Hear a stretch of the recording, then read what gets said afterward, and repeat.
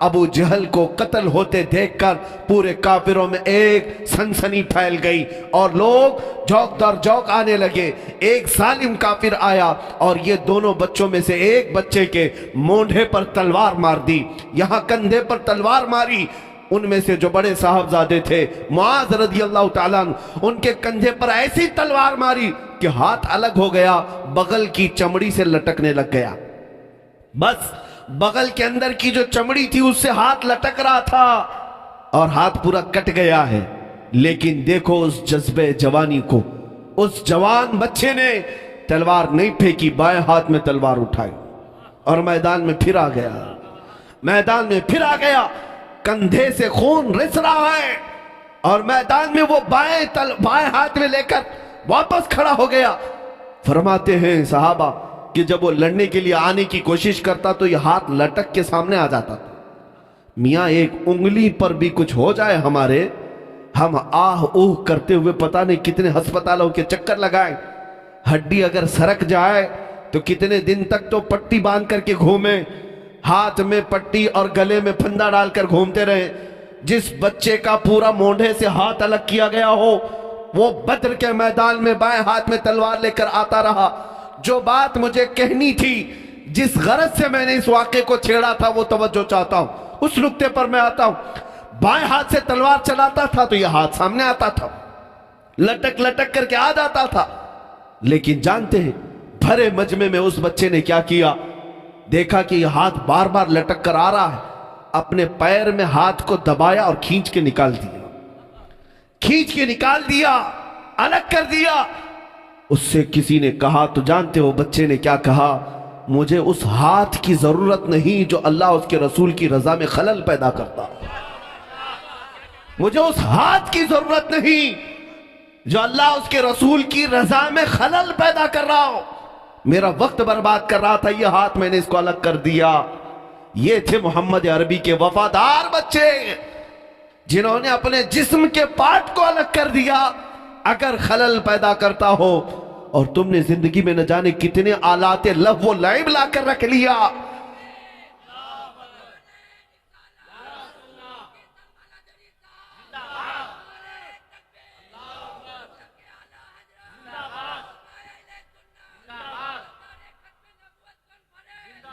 میرے عزیزوں, آج ہمارے گھروں سے وہ خوشبو آنی چاہیے تھی. آج ہمارے گھروں سے یہ بچے کہاں کے تھے؟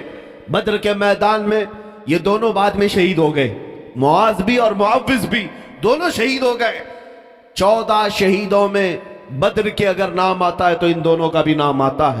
میرے مصطفیٰ کریم کی حرمت پر, عزت پر مر مٹنے والے وہ بچے کہاں سے پیدا ہوئے تھے؟ جانتے ہیں ان کے باپ کو جب کہا جاتا تمہارے 2 چھوٹے بچے گئے تو وہ مسکرا کر کہتے تھے کہ میرے گئے نہیں, مصطفیٰ نے قبول کیا ہے, اللہ رب العزت نے قبول کیا ہے. اگر میرے اور 100 بچے ہوں تو ان قدموں پر میں نچھاور کر دوں. یہ انہی گھروں سے بچے مل سکتے ہیں جن گھروں کی ماؤں نے انہیں مصطفیٰ کریم کے نغموں کی لوریاں سنائی ہو, حضور کی محبت میں انہیں سلایا ہو. یہ انہی گھروں کے بچے ہو سکتے ہیں جہاں کی تربیت یوں کی جاتی ہو, میں سو جاؤں یا مصطفیٰ کہتے کہتے, کھلے آنکھ میری صلی علی کہتے کہتے. مسلمانوں, آج ہمیں بدلنے کی ضرورت ہے, آج ہمیں تبدیلی کی ضرورت ہے. ہمارے گھروں کی طرف جو آج ظالموں کی نظریں اٹھی ہیں وہ صرف اسی وجہ سے. دیکھو ایک بات یاد رکھیں, شیر جب تک شیر رہتا ہے ہر کوئی اس سے خوف زدہ رہتا ہے, اور شیر اگر کتوں کی حالت پر آ جائے تو ہر کوئی اس پر حملہ بھی کر سکتا ہے. تو کتے بننے کی کوشش شیر کو نہیں کرنا چاہیے. شیر کی حیثیت الگ ہے, وہ الگ انداز سے رہتا ہے. جب شیر اپنی شیری بھول جائے تو اس کے ساتھ کتوں جیسا سلوکی کیا جاتا ہے.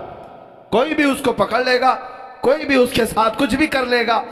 محمد عربی صلی اللہ تعالیٰ علیہ وسلم کے غلام دنیا میں وہ ہوتے تھے کہ تم دوسروں کے اخلاق نہیں قبول کرتے بلکہ اپنی چھاپ دوسروں پر چھوڑ دیا کرتے. تمہاری پرچھائیوں پر دوسری قومیں اپنے راستے طے کرتی تھی, تمہارے نقش قدم پر دنیا چلتی تھی. آج تم غیروں کی تقلید پر چلے گئے. آج ہمارا جوان پھٹی پینٹ پہننے کو فخر محسوس کرتا ہے, ادھر سے بھی پھاڑ لے ادھر سے بھی پھاڑ لے, کانوں میں بالیاں, ہاتھوں میں چوڑیاں. تمہارے اخلاق تو نہیں تھے یہ؟ تم نے ظالموں کو ٹی وی پر ناچتے ہوئے دیکھا، ان کے برے اخلاق کی پیروی کرنے لگ گئے۔ تمہیں پتہ نہیں تمہارا چہرہ تو تاجدار مدینہ کی امانت، حضور پاک کے غلام ہو، دنیا کو یہ بتاتے۔ آج مجھے حیرت ہوتی ہے، کئی نوجوان اس بات سے کتراتے ہیں کہ میاں داڑھی چہرے پر اچھی نہیں لگتی۔ کیوں؟ 4 لوگوں کے ساتھ اٹھنا بیٹھنا رہتا ہے، کام کاج ہے، ہمارا بزنس ہے، جاب ہے، اور پھر لوگ ہمیں تانا مارنے لگیں گے۔ تم ان 4 لوگوں کے لیے جیتے ہو یا بتاؤ اس محمد عربی کے لیے جیتے ہو؟ اس رسول پاک صلی اللہ تعالی علیہ وسلم کا خیال نہیں کیا؟ دنیا کے ان تانوں کی فکر تو تمہیں ہو گئی۔ میں آپ سے کہنا چاہتا ہوں، ٹھیک ہے، اچھی بات ہے، ایک نوجوان سے میرا مکالمہ ہوا تھا، میں نے اس سے کہا تھا کہ بیٹا دنیا میں جس کا تو فین ہے، جس کے کیریکٹر کو بہت زیادہ پسند کرتا ہے، کوئی خان ہو، پٹھان ہو، کوئی بھی ہو، جس کے ہیئر اسٹائل تو اپناتا ہے، اس کے کپڑے تو پہنتا ہے، ایک بات کرتے ہیں، مرنے کے وقت تو بھی ایک چٹھی لکھ دینا اس کو، جس کا تو فین ہے، جس فلمی ایکٹر اور ہیرو کا تو مقلد ہے، چاہے وہ خاتون ہو چاہے وہ نوجوان ہو، دونوں سن لے، ان کو ایک خط لکھ دینا کہ میں دنیا سے جا رہا ہوں، میں جا رہا ہوں، قبر میں جاؤں گا، اگر منکر نکیر آئیں تو آپ آ جانا، میری مدد کرنا۔ وہ نوجوان ہنسنے لگا، کہا کہ حضرت کیسی بات کر رہے ہیں، کیا وہ کوئی ہیرو اور ایکٹر قبر میں آ کر میری مدد کریں گے؟ تو کہا پھر تو اس کی پوری تقلید کرتا ہے، اس کی طرح چلتا ہے، اس کی طرح بیٹھتا ہے، اس کی طرح کھاتا ہے، اس کی طرح پہنتا ہے، پھر کیوں؟ جب تجھے یہ پتا ہے وہ آ نہیں سکتا تو کیوں اس کے پیچھے چلتا ہے؟ میں نے کہا، اس نے کہا یہ کوئی چٹھی لکھ دیں تو کیا وہ آئے گا؟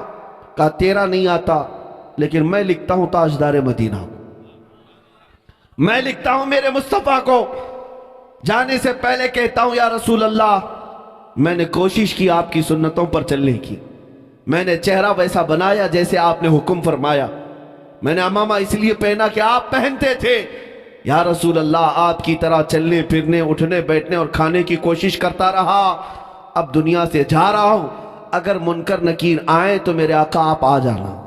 وہ نوجوان کہتا ہاں وہ تو آ سکتے ہیں۔ اس نوجوان نے کہا وہ تو آ سکتے ہیں۔ کہا نوجوان تجھے جب اتنی سمجھ ہے کہ قبر میں جو آنے والا ہے وہ دنیا دار نہیں آئے گا، وہ مصطفیٰ کریم ہی آئیں گے، تو اسی لیے تو اعلیٰ حضرت نے تجھے سمجھایا تھا آج لے ان کی پناہ، آج مدد مانگ ان سے، آج لے ان کی پناہ، آج مدد مانگ ان سے، پھر نہ مانیں گے قیامت میں اگر مان گیا۔ عزیزان گرامی وقار، حضور پاک صلی اللہ تعالیٰ علیہ وسلم سے وفا کرنا سیکھو۔ میں آج ہمارے مجمع میں اور ہمارے محلوں میں پنپنے والی ان خرابیوں کا بھی ذکر کرنا چاہتا ہوں جن کے ہاں تربیت نام کی کوئی چیز نہیں رہ گئی، اولاد کو اس طرح سے پالا جا رہا ہے جیسے لگتا ہے کہ ان سے ہمارا کچھ ہونا ہی نہیں ہے۔ ہر بچہ پیدا ہونے کے بعد یہی تمنا کہ اس کو ڈاکٹر بنایا جائے، انجینئر بنایا جائے، بعد میں چل کر کے وہ ڈاکو بھی بن جائے، فرق نہیں پڑتا۔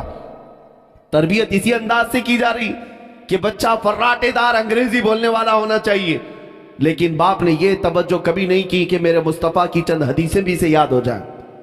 ان جوانوں کا حال تو یہی ہے، فلمی ڈائیلاگ اور گانے تو انہیں یاد ہیں، پکڑ کر کے پوچھ لینا کیا تجھے تیرے نبی پاک کی زبان سے نکلے ہوئے کلمات بھی یاد ہیں؟ تو ٹی وی دیکھ کر کے ان کے ڈائیلاگ تو اپنا لیتا ہے، یاد کر لیتا ہے، اپنے نبی پاک کے اخلاق و کردار اور ان کی حدیثیں آج تک کیوں نہیں یاد ہو پائی؟ میرے عزیزوں کچھ تو ہمیں انصاف کی ضرورت ہے، انصاف کرو میرے آقا صلی اللہ تعالیٰ علیہ وسلم کی محبت کے ساتھ۔ میں ان صحابہ کی بات کرتا ہوں جنہوں نے صرف باتیں نہیں کی تھی، باتیں نہیں، اپنا سب کچھ نچھاور کیا۔ ایک خاتون مدینے کی دوڑتی ہوئی آئی جب حضور پاک جہاد میں جا رہے تھے، 1.5 سال کا بچہ لے کر آئی، توجہ چاہتا ہوں، 1.5 سال کا بچہ لے کر آئی، کہا یا رسول اللہ اس کو اپنے ساتھ قبول کر لے۔ صحابہ دیکھ کر حیرت میں تھے، دودھ پیتا ہوا بچہ ایک عورت لے کر کے آ گئی، یہ میدان جہاد میں جانے والے صحابہ کے ساتھ۔ حضور صلی اللہ تعالیٰ علیہ وسلم نے اس سے پوچھا کہ خاتون یہ کیا ہے؟ اس عورت نے کہا آقا آپ کی عزت پر سوال آیا، مدینے کے ہر گھر کا جوان باہر نکل پڑا، لیکن افسوس ہے میرے گھر میں کوئی مرد نہیں ہے، میرے شوہر کا انتقال ہو چکا، میرے گھر میں کوئی اور مرد نہیں سوائے اس 1.5 سال کے بچے کے، یہ دودھ پیتا ہے، میں نے سوچا کہ اسی کو آپ کی بارگاہ میں پیش کر دوں۔ پوچھا کسی صحابی نے اس کا کیا ہوگا؟ توجہ چاہتا ہوں، مدینے کی ان خواتین پر لاکھوں سلام، کروڑوں سلام۔ وہ خاتون کہتی ہے میں جانتی ہوں میرا بچہ چل نہیں سکتا، تیر و تلوار نہیں چلا سکتا، لیکن یا رسول اللہ آپ اپنے کسی مجاہد صحابی کے ہاتھ میں یہ بچہ دے دیں، جب دشمنوں کی طرف سے تیر چلے تو میرا بچہ ڈھال کے کام تو آ سکتا ہے، میرا بچہ ڈھال کے کام آ سکتا ہے۔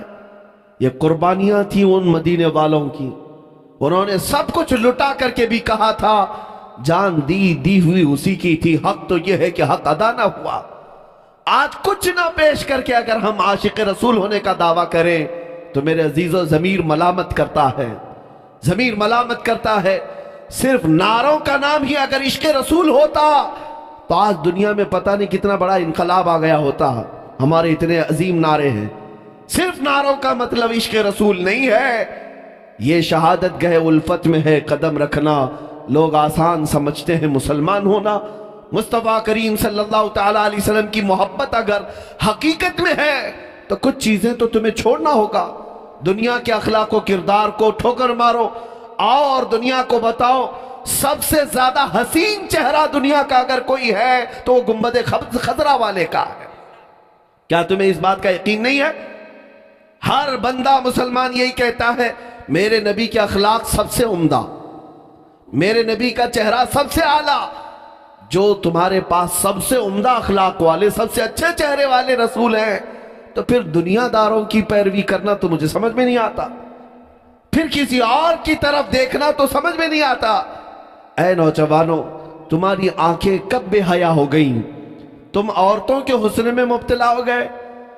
یا اگر کوئی نوجوان دین سے غافل ہو کر صرف ایک لڑکی کے چکر میں بے دین ہو گیا، اور ان خواتین سے بھی میں کہتا ہوں جو جوان بچیاں ہیں، تم کسی کے چہرے پر فدا ہو گئی یا کسی کے چال چلن پر اور گھر بار چھوڑ کر بھاگنے پر بیٹھ گئی، تو میں پوچھنا چاہتا ہوں اب تک تمہارے دلوں میں ایمان ہی نہیں آیا اور تم نے تاجدار مدینہ صلی اللہ تعالیٰ علیہ وسلم کو دیکھنے کی تڑپ ہی نہیں رکھی۔ اگر تمہاری آنکھوں میں اس بات کی تڑپ ہوتی کہ دنیا کا سب سے زیادہ حسن والا چہرہ وہ مدینے والے کا ہے، پھر دنیا کا کوئی حسن تمہیں دھوکہ نہیں دے سکتا، کوئی جمال تمہیں اپنی طرف مائل نہیں کر سکتا۔ اسی لیے میں کہتا ہوں آؤ آج دنیا میں اگر اپنے آنکھوں میں کوئی صورت بسانا ہو تو دنیا داروں کی نہیں، تاجدار مدینہ کی۔ میں ایک خط و خال تمہارے سامنے پیش کرتا ہوں۔ یوں ہی صحابہ نے نہیں کہا تھا وَأَحْسَنُ مِنْكَ لَمْ تَرَ قَطُّ عَيْنِي وَأَجْمَلُ مِنْكَ لَمْ تَلِدِ النِّسَاءُ خُلِقْتَ مُبَرَّأً مِنْ كُلِّ عَيْبٍ كَأَنَّكَ قَدْ خُلِقْتَ كَمَا تَشَاءُ۔ حسان بن ثابت جو صحابی رسول ہیں کہتے ہیں یا رسول اللہ آپ سے زیادہ حسین میری آنکھوں نے دیکھا نہیں، آپ سے زیادہ خوبصورت کسی ماں نے جنا ہی نہیں۔ اور وہ صحابہ یوں کہتے تھے پکار کر کے اللہ نے آپ کو ہر عیب سے پاک پیدا کیا ہے، جیسے آپ کی مرضی تھی مولا نے اس شان سے آپ کو پیدا کیا۔ اے مسلمانوں، آج جو ہمیں دنیا دھوکہ دے رہی ہے وہ صرف اسی بات پر دے رہی ہے، تمہیں کبھی پیسے کی لالچ، کبھی سیاست کی لالچ، یا پھر خوبصورتی اور حسن و جمال کی لالچ۔ یہ تینوں چیزیں ایک مومن کو کبھی بھی خرید نہیں سکتی اس وقت تک جب تک اس کے سینے میں محبت مصطفیٰ ہو اور اس کی آنکھیں روز تڑپتی ہوں اس بات پر کہ میرے آقا آ جاؤ کہ مدت ہوئی ہے تیری راہ میں آنکھیاں بچھاتے بچھاتے، حضور کو دیکھنے کی تڑپ جس کے اندر ہو اور وہ روز یہ کہہ کر کے سوتا ہو یا رسول اللہ سنا ہے آپ ہر عاشق کے گھر تشریف لاتے ہیں، میرے گھر میں بھی ہو جائے چراغاں یا رسول اللہ۔ جس مومن کی یہ تڑپ ہو کہ میں دیکھوں گا تو مصطفیٰ کے حسن کو دیکھوں گا، میرا یقین یہ ہے پوری دنیا نہ اسے حسن میں مبتلا کر سکتی ہے، نہ مال و دولت سے خرید سکتی ہے، نہ حکومت و سیاست سے اسے بدل سکتی ہے۔ صرف اور صرف شرط یہ ہے اپنی آنکھوں میں تڑپ اور تمنا پیدا کرو تو اس مصطفیٰ کو دیکھنے کی تڑپ پیدا کرو۔ شہزادہ اعلیٰ حضرت حجت الاسلام بلکہ مفتی اعظم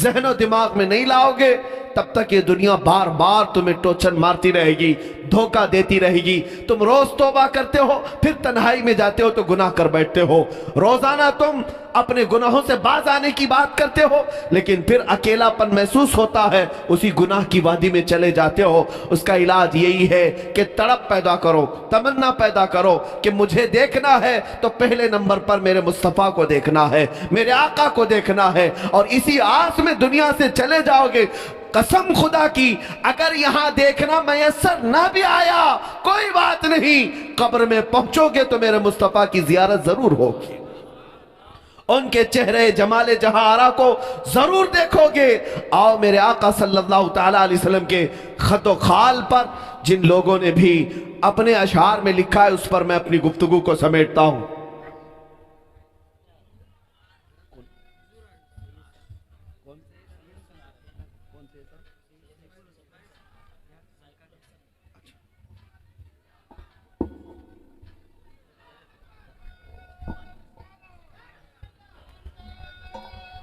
نعرے تکبیر، نعرے رسالت، نعرے رسالت، اولاد حضور غوث اعظم، اولاد حضور غوث اعظم، شہزادے رئیس العابدین، شہزادے رئیس العابدین حضرت علامہ سید شاہ سیف الحسین بخاری خانقاہ بخاریہ۔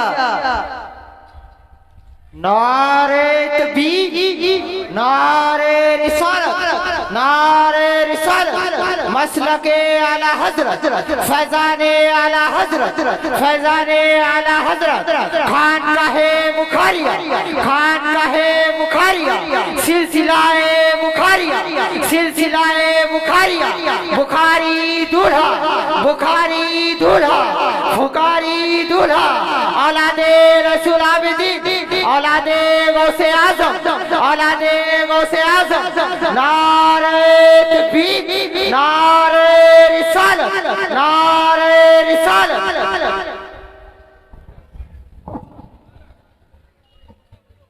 درود پاک پڑھیں۔ اللہم صلی علی سیدنا محمد معدن الجود والکرم وآلہ واصحابہ الکرام وابنہ الکریم وبارک وسلم صلاة دائمة سرمدا ابدا۔ عزیزان گرامی، میں وقت کو محسوس کر رہا ہوں، اپنی گفتگو کو سمیٹتا ہوں۔ بات چل رہی تھی حسن مصطفیٰ کریم صلی اللہ تعالیٰ علیہ وسلم کی۔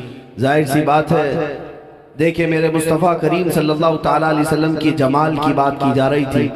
اللہ تبارک و تعالیٰ نے آل رسول کو ہمارے درمیان بھیجا۔ حضور پاک صلی اللہ تعالیٰ علیہ وسلم کی یہ خوشبوئیں آج پوری دنیا کو مہکا رہی ہیں۔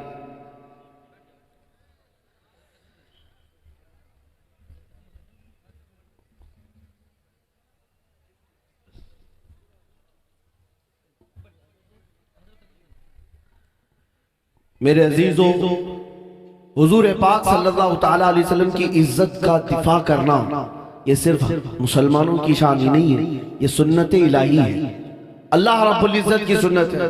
تمہیں پتا ہے ایک بار حضور پاک صلی اللہ تعالیٰ علیہ وسلم کے آخری بیٹے، 3 بیٹے ہوئے تھے۔ حضرت ابراہیم کا جب انتقال ہوا، سب تینوں بیٹے بچپن میں انتقال کر گئے، 6 مہینے سے زیادہ کوئی ظاہری زندگی میں نہیں رہے۔ انتقال ہوا تو ابو لہب نے یہ تانا مارا تھا، محمد اقطع ہے، ابتر ہے، نعوذ باللہ، جس کا مطلب یہ ہوتا ہے کہ کٹی ہوئی نسل کے۔ حضور کی اب نسل نہیں ہے، کٹی ہوئی نسل ہے۔ اللہ کے حبیب صلی اللہ تعالیٰ علیہ وسلم کے دل پر یہ بات گراں گزری۔ جب کوئی تانا مارے، دیکھیں حضور کی شان میں توہین ابو لہب نے کیا، اور جواب میں ان کا خالق پوری سورہ اتارتا ہے، اِنَّا أَعْطَيْنَاكَ الْكَوْثَرَ فَصَلِّ لِرَبِّكَ وَانْحَرْ اِنَّ شَانِئَكَ هُوَ الْأَبْتَرُ۔ اے محبوب، ہم نے تو آپ کو کوثر عطا کیا ہے، خیر کثیر عطا کیا ہے، آپ اٹھیں اپنے رب کی عبادت کریں، قربانی کریں۔ اخیر میں جواب اللہ تعالیٰ کی طرف سے آتا ہے، اِنَّ شَانِئَكَ هُوَ الْأَبْتَرُ، آپ نہیں، آپ کا دشمن کٹی ہوئی نسل کا ہے۔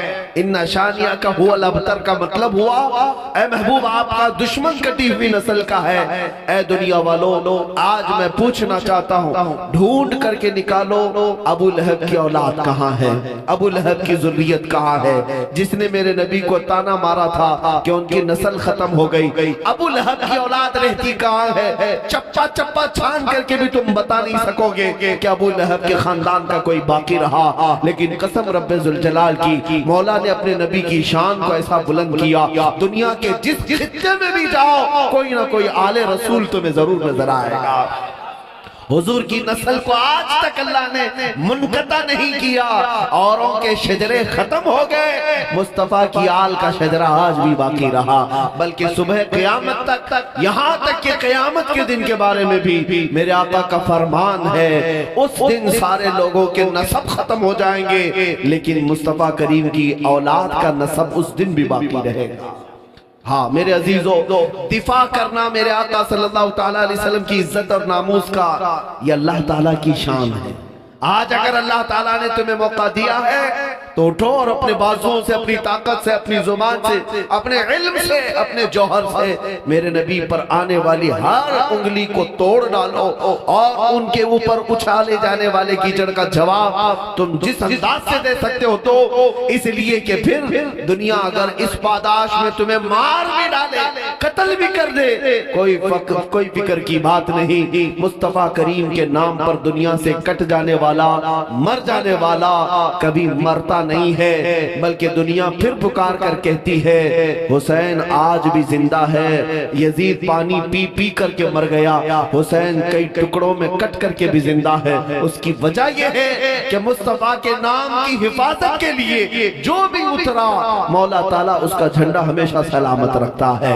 آج اگر تمہارے ساتھ کوئی بھی انہونی ہو جائے، چاہے وہ جیل ہو، پھانسی ہو، ٹکڑوں میں بدل جائے، کوئی فرق کرنے کی، کوئی فکر کی بات نہیں، اس لیے کہ اوروں کی محبت میں مر جائے تو دنیا مردہ کہے گی، مصطفیٰ کے نام پر جانے والے کو قرآن بھی شہید کہتا ہے، اور اسے مردہ کہنے پر پابندی لگاتا ہے۔ عزیزان گرامی وقار، میں جو بات عرض کر رہا تھا، گفتگو کو اپنے اختتامی مرحلے پر لاتا ہوں۔ ان ظالموں نے میرے آقا صلی اللہ علیہ وسلم کی طرف آج انگلی اٹھائی، اور حضور پاک صلی اللہ علیہ وسلم کے اخلاق و کردار پر بھونکتے ہوئے انہوں نے کتاب شائع کرنے کی کوشش کی۔ ان پاکنڈیوں کو کل بھی ہمارا چیلنج تھا، آج بھی چیلنج ہے۔ یہ صرف اور صرف اپنے گوفے میں بیٹھ کر کے کہہ تو سکتے ہیں، لیکن کسی مرد مومن سے مقابلہ کر کے دکھائیں۔ میں میدان میں آنے کی بات اس وقت ہو سکتا ہے آپ تک بات پہنچی ہوگی، رمضان میں وہ ہمارا جذبہ تھا، ہم نے آواز لگائی تھی، لیکن آج اتنا یقین ہو گیا، اتنا یقین ہو گیا، 6 مہینے کے اندر ان ظالم کتوں کو پھر پکار کر کہتا ہوں، ان علماء کی کوئی ضرورت نہیں، ان مشائخ کی کوئی ضرورت نہیں، یہ سب اپنے منبر پر بیٹھے رہیں گے۔ آ جاؤ ہمارے گھروں کے 8 سال کے بچے سے مقابلہ کر کے دکھاؤ، محمد عربی کے نام پر مر مٹنے والا، ہماری ماؤں کی گود میں دودھ پینے والا بچہ، یا تھوڑے عقل و شعور رکھنے والا بچہ بھی ان پاکھنڈیوں سے مقابلہ کرنے کے لیے کافی ہے۔ اس لیے کہ جس دن تم آنے کی تیاری کی بات کرتے ہو، ہم علماء کی بات نہیں کرتے، 6 سال کے بچے کو ہم اتار کر کے دکھائیں گے، اور وہ محمد عربی کے نام پر آگ ہی نہیں دنیا کے ہر خطرے کو مولنے ان کے تیار ہوگا۔ اس لیے کہ ہماری عقلوں میں صرف اور ہمارے جسم میں صرف دودھ نہیں ڈالا گیا ہے، بلکہ ہماری ماں نے ہمیں ایمان بھی پلایا ہے، ہمارے باپوں نے ہمارے لیے محمد عربی کا عشق بھی پلایا ہے۔ آپ اس بات سے خوف نہیں کرنا، یہ دنیا جس طرح چیختی ہے چیخنے دو، میرا آخری سانس تک یہ چیلنج رہے گا، ان ظالم کتوں کو کبھی میدان میں آنے کی نوبت نہیں آ سکے، کوئی نہیں آ سکے گا۔ جو ناجائز اولاد ہے وہ کیا مقابلہ کر سکے، جو اپنے گھر والوں کے سامنے منہ نہیں دکھا سکتا، جو اپنے گھر بار کے اندر نہیں رہ سکتا، وہ کیا محمد عربی کے غلاموں سے مقابلے کی بات کرتا ہے۔ آج میں آپ کو کہتا ہوں فخر کی بات ہے میرے عزیز، اس مجمع کو دیکھو، بنگال کی اس سرزمین پر میں بڑی دور سے آیا ہوا ہوں، بڑی دور سے آیا ہوں، اس پاکھنڈی کو دیکھو جو گوفے میں بیٹھ کر بھونکتا تھا، آج اتنی ڈر ہے، اتنا خوف ہے کہ مندر میں اگر 8 سال کا بچہ بھی آیا ہے تو اسے بم لگنے لگتا ہے۔ ہاں یہ بم لگتا ہے۔ آپ نے اخباروں میں دیکھا ہوگا، نیوز میں دیکھا ہوگا، اور سب کو جمع کر کے انٹرویو دے رہا ہے، 8 سال کا مسلمان بچہ اندر آ گیا، مسلمان بچہ آ گیا۔ ارے 8 سال کے بچے سے تمہیں ڈر لگ رہا ہے؟ 8 سال کے بچے، یہی تو ہم بتانا چاہتے تھے کہ عشق مصطفیٰ ہوتی کیا چیز، محبت مصطفیٰ۔ ان کا جینا حرام ہو چکا، رات بھر کی نیند خراب ہے، ہر رات یہ ڈر کے مارے اسی فکر میں ہے، اور بار بار بھوکتے بھی رہتے ہیں۔ ہماری گردنوں پر مسلمانوں نے اتنا انعام رکھا ہے، اتنا انعام رکھتا ہے، جھوٹ بولتا ہے، تیری ایک پھوٹی کوڑی کی بھی قیمت نہیں۔ کس نے انعام رکھا؟ کس نے انعام رکھا؟ جو انعام رکھتا ہے میں اس کو بھی جاہل کہوں گا۔ ہاں ان ظالموں کی گردنوں کی کوئی قیمت ہوتی ہے؟ کوئی قیمت ہوتی ہے؟ ارے میاں کوئی کچرا پیسے دے کر کیا خریدے گا؟ کچرا کیا پیسے دے کر خریدے گا؟ آپ توجہ چاہتا ہوں، ایک رات بھی نیند نہیں آتی اس بات کا ڈر سے کہ پتہ نہیں ادھر سے کوئی نہ آ جائے، ادھر سے کوئی نہ آ جائے، سامنے سے پیچھے سے پورے باڈی گارڈ بھی لگے ہوئے ہیں، سامنے پورے سیکورٹی بھی لگی ہوئی ہے، ہر جگہ کی حفاظت کے بعد بھی نیند خراب ہے۔ یہی تو ہوتا ہے گستاخان رسول کا انجام۔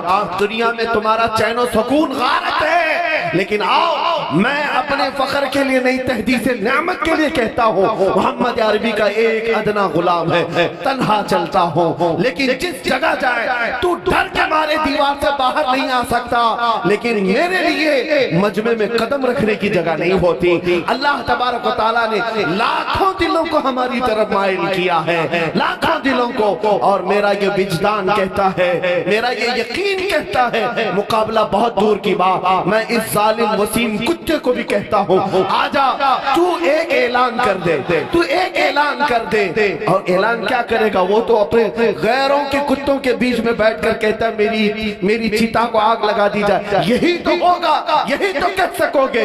تم بھی اعلان کرو کہ میری لاش کو اٹھانے کے لیے فلاں آ جائے، فلاں آ جائے۔ اور یہ فقیر کہتا ہے میں محمد عربی کا ادنا غلام ہوں، دیکھا جائے گا، موت آئے گی تو پتہ چلے گا تو کتنے کاندھوں پر سوار ہوگا اور میں کتنے کاندھوں پر سوار ہوگا، دیکھا جائے گا۔ اس لیے کہ ہمیں تاریخ بتاتی ہے کہ ہمارے جنازے بھی جاتے ہیں تو پوری دنیا کو ہلا کر جاتا ہے، ہاں پوری دنیا کو ہلا کر جاتے ہیں۔ یہ عاشقان مصطفیٰ کی بات کر رہا ہوں، اللہ ان کے قدموں کا صدقہ ہمیں عطا کرے۔ عزیزان گرامی، ان کے جواب کے لیے ہر زمانے میں مولا بچے پیدا کرے گا، چھوٹے چھوٹے ہی صحیح، لیکن ایک بات یاد رکھنا، ان کتوں کو جواب دینے کے لیے اگر مولا چاہے تو پتھروں کو بھی زبان عطا کرے۔ ہاں اگر وہ جواب دینا چاہے رب تعالیٰ تو چڑیوں اور کووں سے بھی جواب دے دے، چونٹیوں اور مچھروں سے بھی جواب دے دے۔ اب سنو میرے عزیزو، میں بات کرتا ہوں میرے مصطفیٰ کریم صلی اللہ تعالیٰ علیہ وسلم کی عزت کی۔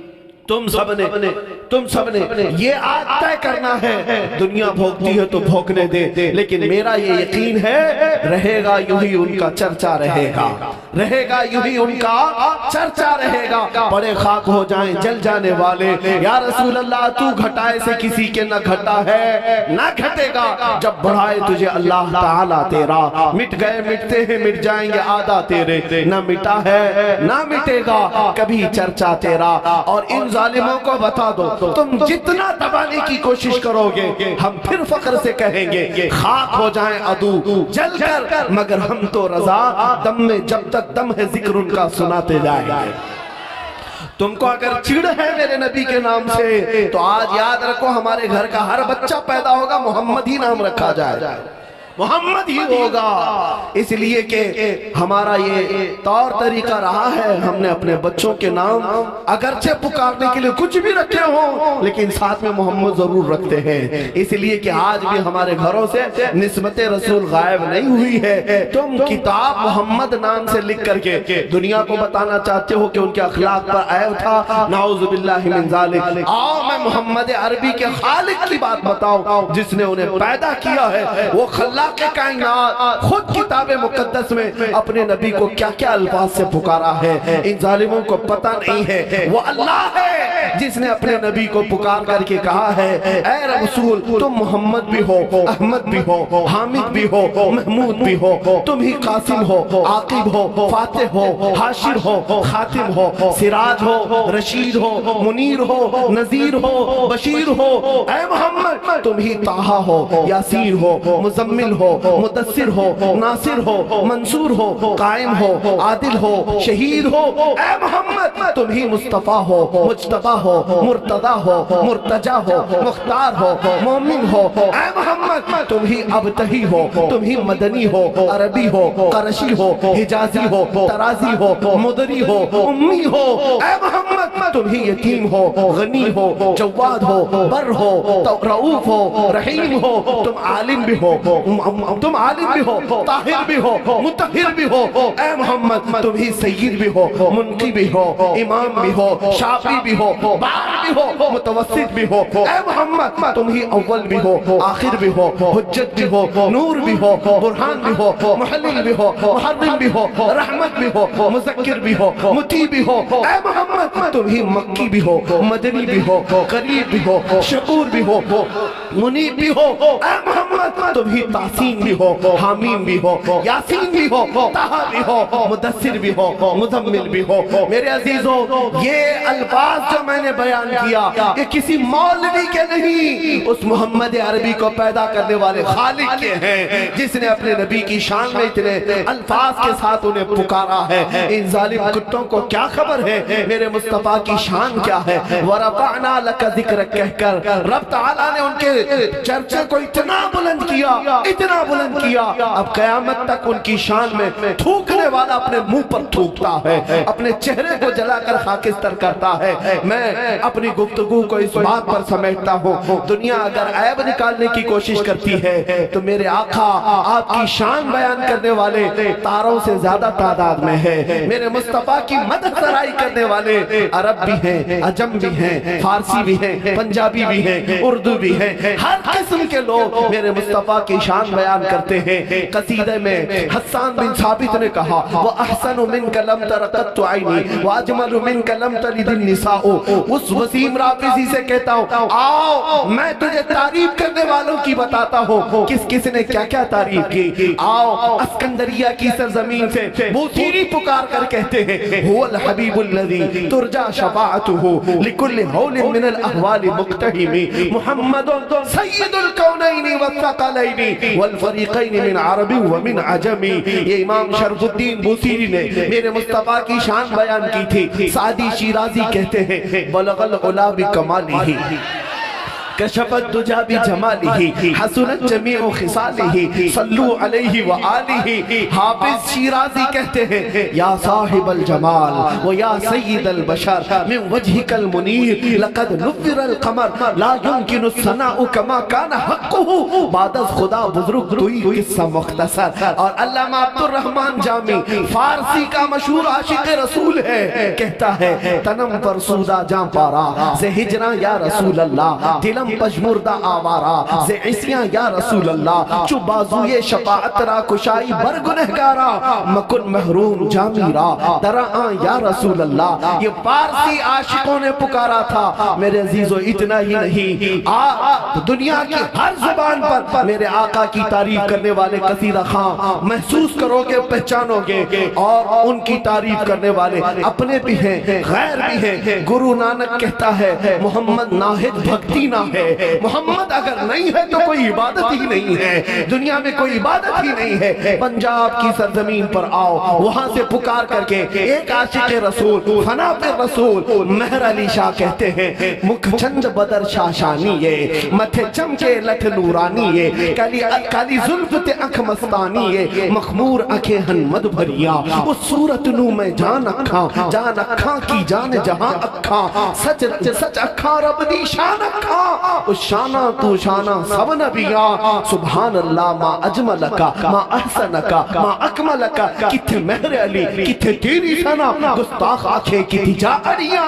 یہ پنجابیوں نے کہا تھا آؤ اردو کی زمین پر، اردو کی زمین پر قدم رکھتے ہیں، تو قلندر لاہوری اقبال پکار کر کہتا ہے، نگاہ عشق و مستی میں وہی اول وہی آخر، وہی قرآن وہی فرقان، وہی یاسی وہی تاہا، یا رسول اللہ لوح بھی تو قلم بھی تو، تیرا وجود الکتاب، گنبد آبگینہ رنگ تیرے محیط میں ہوا، محمد کی محبت دین حق کی شرط اول ہے، اسی میں ہو اگر خامی تو سب کچھ نامکمل ہے۔ اقبال نے ہی یہ دنیا کو بتایا تھا، ہو نہ یہ پھول تو بلبل کا ترنم بھی نہ ہو، چمن دہر میں کلیوں کا تبسم بھی نہ ہو، اور اسی اقبال نے کہا تھا، ہو نہ یہ ساقی تو میں بھی نہ ہو، خم بھی نہ ہو، بزم توحید دنیا میں نہ ہو، تم بھی نہ ہو، خیمہ افلاک کا استادہ اسی نام سے ہے، نبض ہستی تپش آمادہ اسی نام سے ہے۔ میرے عزیزو یہاں بات آ گئی ہے، دل کو لگنے والا ایک خط و خال پیش کرنے والا شاعر، جو میرے مصطفیٰ کے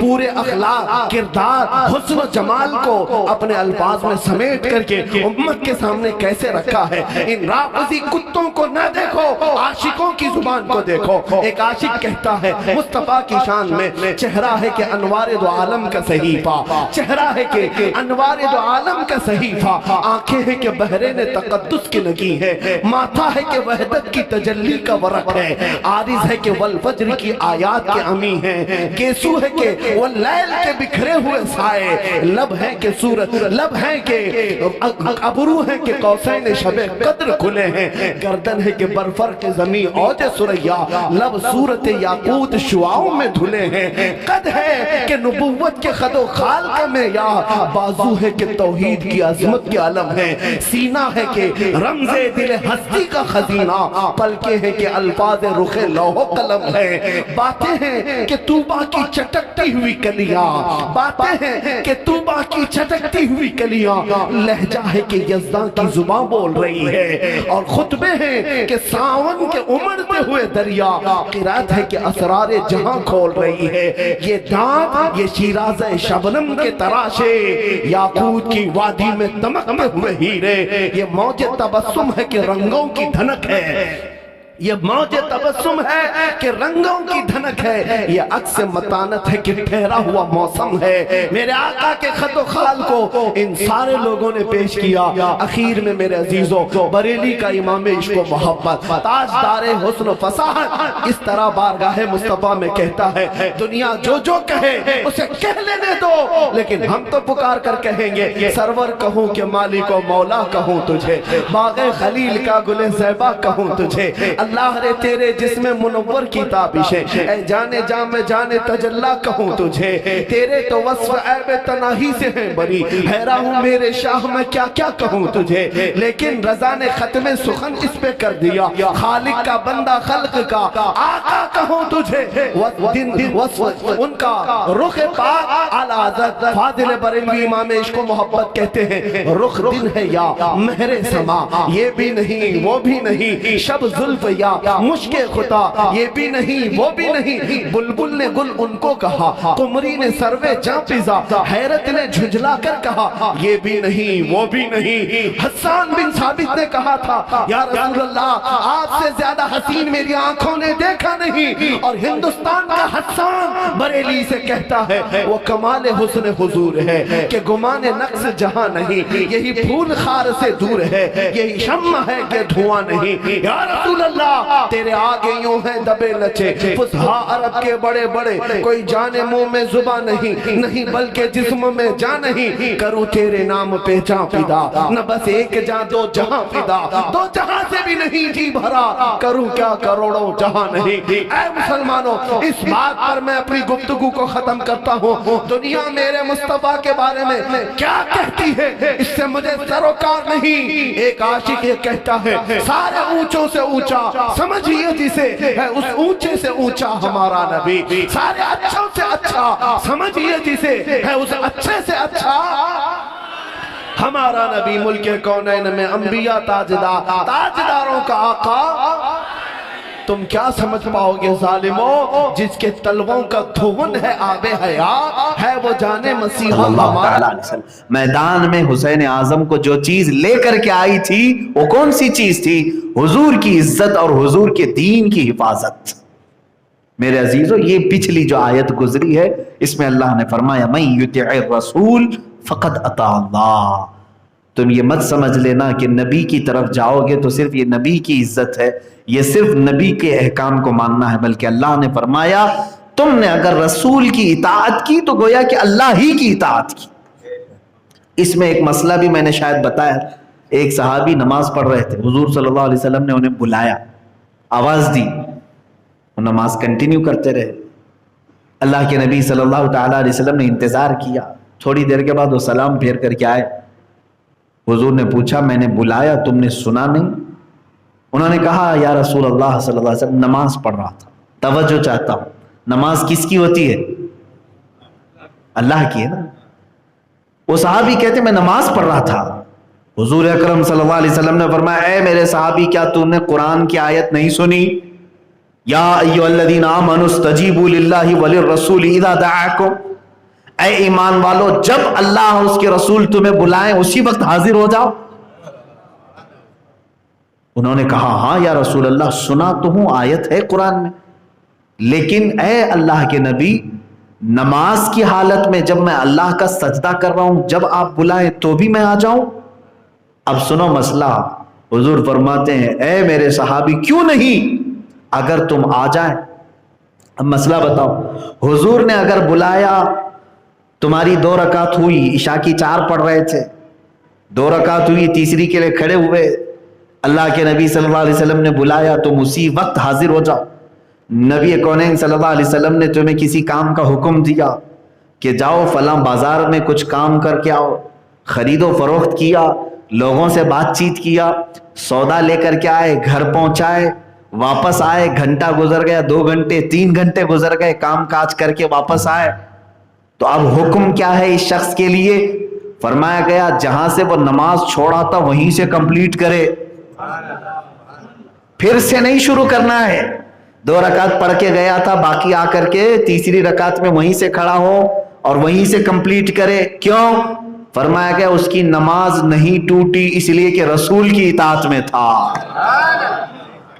ارے میاں اگر ہم بات کر لیں تو نماز ٹوٹ جائے ہم اگر چل کر کے مسجد سے باہر چلے گئے تو نماز ٹوٹ جائے گی لیکن نبی کے حکم پر اگر تم 2 گھنٹے تجارت بھی کرتے رہے تب بھی نماز نہیں ٹوٹی یہی آیت کہہ رہی ہے من یطیع الرسول فقد اطاع اللہ جس نے رسول کا حکم مانا گویا کہ اس نے اللہ ہی کی عبادت کی اللہ کی اطاعت کی اب یہاں پر مجھے وہ شعر یاد آتا ہے میں مانتا ہوں اے عقل والو میرا محمد خدا نہیں ہے مگر دلوں میں یہ نقش کر لو کہ وہ خدا سے جدا نہیں یہ بات طے کر کے چلو حضور کا حکم ماننا اللہ ہی کی اطاعت کرنا ہے اب یہاں صحابہ اکرام رضوان اللہ تعالیٰ علیہ مجمعین کی باتیں بھی آتی ہیں وہ اس قدر دوڑ کر کے حضور کے لیے حاضر ہوتے اللہ اکبر کہ وہ کان کھڑے رکھتے کہ اللہ کے نبی اب کس بات کا حکم دے رہے ہیں کاش وہ اطاعت ہمیں دوبارہ مل جاتی آج صحابہ کی بات تو دیکھیں شراب ابھی حرام نہیں ہوئی تھی حضرت انس رضی اللہ تعالیٰ عنہ فرماتے ہیں کہتے ہیں کہ میں قہبہ خانے جو ہوتے تھے شراب کے جیسے چائے کی ہوٹلیں ہوتی ہیں اس طرح شراب کی ہوٹلیں ہوتی تھی پہلے ابھی اسلام میں حرام نہیں تھی شراب سٹیپ بائی سٹیپ حرام کی گئی ہے حضرت انس رضی اللہ تعالیٰ عنہ کہتے ہیں کہ میں شراب کے پیالے لوگوں کو بھر کر کے دینے کا کام کرتا تھا. ایک شام لوگ بیٹھے ہوئے تھے, شراب کا پیالہ بھر کر کے دیا جا رہا تھا. اچانک مدینے میں ایک آواز آئی, کوئی ندا دینے والا زور سے آواز دے رہا تھا, یا ایھا المسلمون قال رسول اللہ صلی اللہ علیہ وسلم حرم الخمر. اے مسلمانوں, اللہ کے رسول صلی اللہ علیہ وسلم نے فرمایا آج سے شراب حرام ہو گئی. اعلان ہو رہا تھا گلیوں میں. حضرت انس کہتے میرے ہاتھ سے پیالہ چھوٹ گیا, جو مٹی کا پیالہ ہوتا تھا چھوٹ گیا. جو لوگ کہبہ خانے میں بیٹھے ہوئے تھے, جن کے کانوں میں آواز آئی, کوئی مٹکا اٹھایا ہوا تھا, کوئی گلاس اٹھایا ہوا تھا, کوئی پیالہ اٹھایا ہوا تھا, جس کے لبوں تک ہونٹوں تک بھی پہنچا ہوا تھا, انہوں نے وہیں سے نیچے پھینک دیا. وہیں سے, یہ نہیں کہ دیکھتے ہیں ابھی حضور سے مل کے بات چیت کریں گے, بعد میں پتا چلے صحیح میں حرام ہوئی بھی کہ نہیں ہوئی. اعلان تو ہو رہا ہے. حضرت انس کہتے میں نے دیکھا جس کے کان میں آواز آئی کہ رسول نے فرمایا, اسی وقت انہوں نے اپنے ہاتھوں سے مٹکے چھوڑ دیے, گلاس توڑ دیے, پیالے بہا دیے. وہ تاریخی دن تھا مدینے میں, تاریخی دن. حضرت انس فرماتے ہیں ہم نے باہر نکل کر کے دیکھا مدینے کی ہر گٹر اور ہر نالی شراب سے بھری ہوئی جا رہی ہے. جن جن کے گھروں میں تھا سبوں نے مٹکے توڑ دیے اور بہا دیے. اس کو کہتے ہیں اطاعت رسول.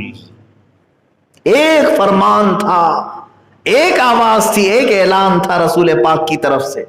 اور صحابہ, ظاہر سی بات ہے اگر پرانی کوئی عادت چھوڑنا ہو تو معمولی بات نہیں. یہ وہ صحابہ تھے جو اپنی جان سے زیادہ حضور سے محبت کرتے تھے.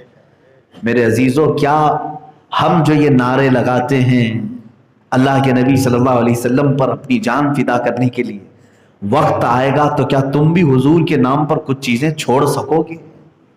اور اگر نہیں چھوڑ پاتے تو تمہارا دعویٰ کھوکھلا ہے. اللہ کے نبی صلی اللہ تعالیٰ علیہ وسلم کے لیے بستر نہیں چھوڑنے والا اپنی جان کیا چھوڑے گا؟ حضور نے فرمایا میری آنکھوں میں نماز کی ٹھنڈک ہے. کون ہے جو عاشق رسول صبح کے وقت اپنا بستر, گرم بستر چھوڑ دے, اپنی نیند کو ترک کر دے, یہ کہہ کر کے اپنے گھر سے نکلے کہ میں اپنے نبی کی آنکھوں کو ٹھنڈک پہنچانے جا رہا ہوں کیونکہ میں اپنے رسول سے بے پناہ محبت کرتا ہوں. ایسے عاشقوں کی جماعت بہت کم ہے, لیکن جلوس میں اور جلسوں میں پکارنے والے عاشق بہت زیادہ ہیں, آواز دینے والے عاشق بہت زیادہ ہیں. یہاں پر میں مولانا روم کی وہ بات بتاتا ہوں. لیلا اور مجنو کا نام تو سنا ہوگا آپ نے, مشہور ہے, ہر جگہ ان کی مثال بھی دی جاتی ہے. ایک بار لیلا کے گھر کے باہر بہت سارے عاشق جمع تھے اور ہر کوئی کہتا تھا کہ میں مجنو ہوں, میں مجنو ہوں. لیلا کی کنیز لیلا سے کہتی ہے, یہ کوئی یعنی خیالی باتیں نہیں ہیں, لیلا تھی اور مجنو بھی تھے, ان کی تاریخ ہے اپنی, ان کی تاریخ ہے. مجنو کا نام قیس ہے, قیس, مجنو لفظ مشہور ہو گیا, لیلا کا بھی نام ہے. تاریخی ہستیاں ہیں. اب ان کو توڑ مروڑ کر کے لوگ اپنے آپسی محبت کے لیے بول لیتے ہوں, الگ بات ہے, ان کی تاریخ پڑھیں. لیلا کی کنیز نے کہا کہ لیلا تیرے کتنے مجنو ہیں, باہر دیکھ رہی ہوں تو بھیڑ کی بھیڑ نظر آ رہی, ہر کوئی کہتا ہے میں مجنو, میں مجنو. لیلا نے کہا حلوہ بناؤ. لیلا بڑی گھر کی عورت تھی, حلوہ بنایا اور کہا جاؤ باہر جا کر کے کہو کہ جو مجنو ہے وہ آ جائے, لیلا نے اس کے لیے حلوہ بھیجا ہے. کنیز نے ایک بڑا تھال لیا اور باہر آئی, پکارا کہ آج لذیذ حلوہ لیلا کے گھر سے آیا ہے. سب ٹوٹ پڑے جتنے مجنو تھے, فیک مجنو تھی, سب آئے. اور میں یہ بات کیوں بتا رہا ہوں آپ سب سمجھ جائیں گے اس چیز کو. حلوے پر ٹوٹ پڑے, سب حلوے کھا لیے. وہ کنیز اندر آئی, کہا کہ سارے مجنو کھا گئے. لیلا نے اب کی بار کہا پھر وہی برتن لو اور چاقو لو, باہر جاؤ اور کہو کہ لیلا نے اپنے مجنو کے جسم کی ایک بوٹی مانگی ہے. گوشت کا ایک ٹکڑا مانگا ہے. کنیز اب کی بار باہر آئی, کہا کہ تم میں سے کون مجنوں ہے سامنے آ جائے. لیلا نے اس کے جسم کا ایک ٹکڑا مانگا ہے, گوشت کی ایک بوٹی مانگی. سب بغلیں کھجاتے ادھر ادھر نکلنے لگے. ارے یہ الگ لیلا ہے. جہاں جسم کے ٹکڑے کاٹنے کی بات آئی, فیک مجنوں سب ایکسپوز ہو گئے. بہت دیر کے بعد ایک شخص آیا جو حلوہ کھایا بھی نہیں تھا. وہ جھکے ہوئے اندر سے کسی دور دراز علاقے سے آتا ہوا دکھائی دیا. اس نے آ کر کنیز سے پوچھا, لاؤ.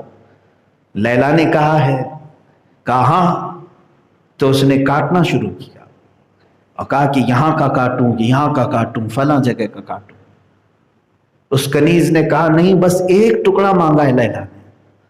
اس مجنون نے کہا کہ مجھے یہ تو نہیں بتایا گیا کہ کس حصے کا مانگا, میں ہر جگہ کا کاٹ کر کے دے دیتا ہوں, لے جاؤ, لیلا کو کوئی تو چیز پسند آ جائے. حقیقت میں وہ شخص اپنے جسم کو چاقو سے کاٹنے لگا. وہ کنیز ڈر کے مارے اندر بھاگ گئی اور کہی کہ ایک دیوانہ دکھ رہا ہے, وہ چاقو لے کر کے اپنے بدن کے ٹکڑے کاٹنے لگ گیا ہے اور خون اپنے آپ میں خون ہو رہا ہے. لیلا نے کہا اب تجھے سمجھ میں آیا, حلوے والے مجنوں اور ہیں, فدا ہونے والا مجنوں اور ہے. میرے عزیزو, اس بات کو بیان کر کے علماء کرام نے یہی فرمایا, اس طرح بھیڑ بھاڑ کے عاشقوں کی جماعت بہت ہے. ان کو کھچڑے پہ جمع کر لو, ان کو نیاز پہ جمع کر لو, ان کو جلوس پہ جمع کر لو, نعرے پہ جمع کر لو, ہائے ہائے ہائے ہائے کرتے سب جمع ہو جائیں گے. جس دن نام رسول صلی اللہ تعالی علیہ وسلم کے لیے کوئی قربانی تم سے مانگی جائے, ارے میاں ابھی تو میں گردن نہیں مانگ رہا ہوں کسی کی, نہ ہی تمہارا خون مانگ رہا ہوں, لیکن آؤ اپنے رسول کے لیے کم سے کم تم بستر چھوڑ کر کے دکھا دو, سمجھ میں آ جائے گا کہ عشق رسول کہاں تک پہنچا ہے.